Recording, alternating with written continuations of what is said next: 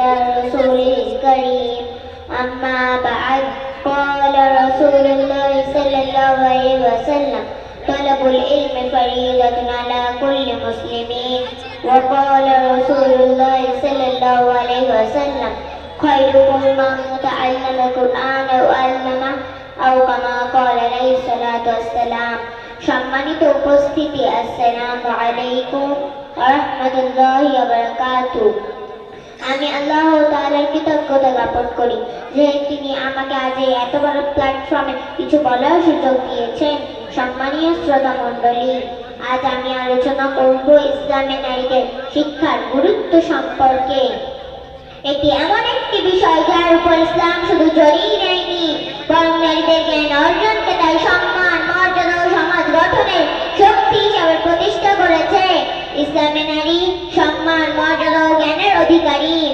ইসলাম আগমনের পূর্বে নারীর অবস্থা ছিল অত্যন্ত দুঃখজনক, কিন্তু ইসলাম এসে নারীর সম্মান ও অধিকার প্রতিষ্ঠা করেছে। আল্লাহ তাআলা নারীকে সৃষ্টি করেছেন জ্ঞান, বিবেক ও মেধা দিয়ে, তাই তাদের শিক্ষা লাভ করা স্বাভাবিক অধিকার। জ্ঞান অর্জন নারী পুরুষ সকলের জন্য বাধ্যতামূলক। ইবনে মাজার মধ্যে আছে তালাবুল ইলমি ফারিদাতুন আলা কুল্লি মুসলিমিন। রাসূল সাল্লাল্লাহু আলাইহি ওয়াসাল্লাম বলেছেন, জ্ঞান অর্জন করা প্রত্যেক মুসলিম নর ও নারীর উপর ফরজ। এই হাদিস প্রমাণ করে নারী শিক্ষাকে ইসলাম শুধু অনুমতি দেয়নি, বরং বাধ্যতামূলক করেছে। নারী শিক্ষিত হলে পরিবার ও সমাজ শিক্ষিত হয়। শিক্ষিত নারী গড়ে তোলে একটি শিক্ষিত পরিবার। কারণ একজন শিক্ষিত মা শিশুকে তার প্রথম পাঠ শেখান। একটি শিক্ষিত মা ঈমান, নৈতিকতা, চরিত্রবান প্রজন্ম তৈরি করতে পারে। একজন শিক্ষিত স্ত্রী তার স্বামী ও পরিবারের সঠিক পথে চলার সহায়ক হয়। হযরত আলী রাদিয়াল্লাহু তাআলা আনহু বলেছেন, নারী হলো ঘরের রানী, তিনি সঠিক হলে পুরো পরিবার সঠিক হয়। নারী শিক্ষিত হলে দিন দুনিয়ার উপকারিতা বৃদ্ধি পায়। শিক্ষিত নারী কুরআন হাদিস বুঝে আমল করতে পারে, সঠিকভাবে সন্তানের ইসলামী তারবিয়ত দিতে পারে, সমাজে অন্য নারীদেরকে শিক্ষার আলো ছড়াতে পারে, দুনিয়া বিজ্ঞান শিখে মানবতার সেবা করতে পারে। ইসলামের ইতিহাসে অসংখ্য শিক্ষিত নারীর দৃষ্টান্ত আছে।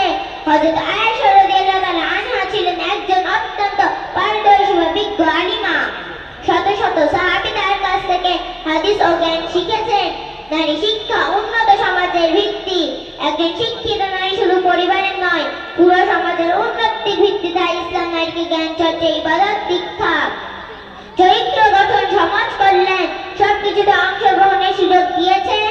ইসলামের নির্দেশ নারীকে নিরাপদ উপযুক্ত পরিবেশে শিক্ষা দিন। ইসলাম শিক্ষা দেয় নারী শিক্ষার পরিবেশ ও পর্যাসম্মত, নিরাপদ ও মর্যাদাপূর্ণ, ঈমান, আখলাক লালনকারী। এটাই ইসলামের সৌন্দর্য।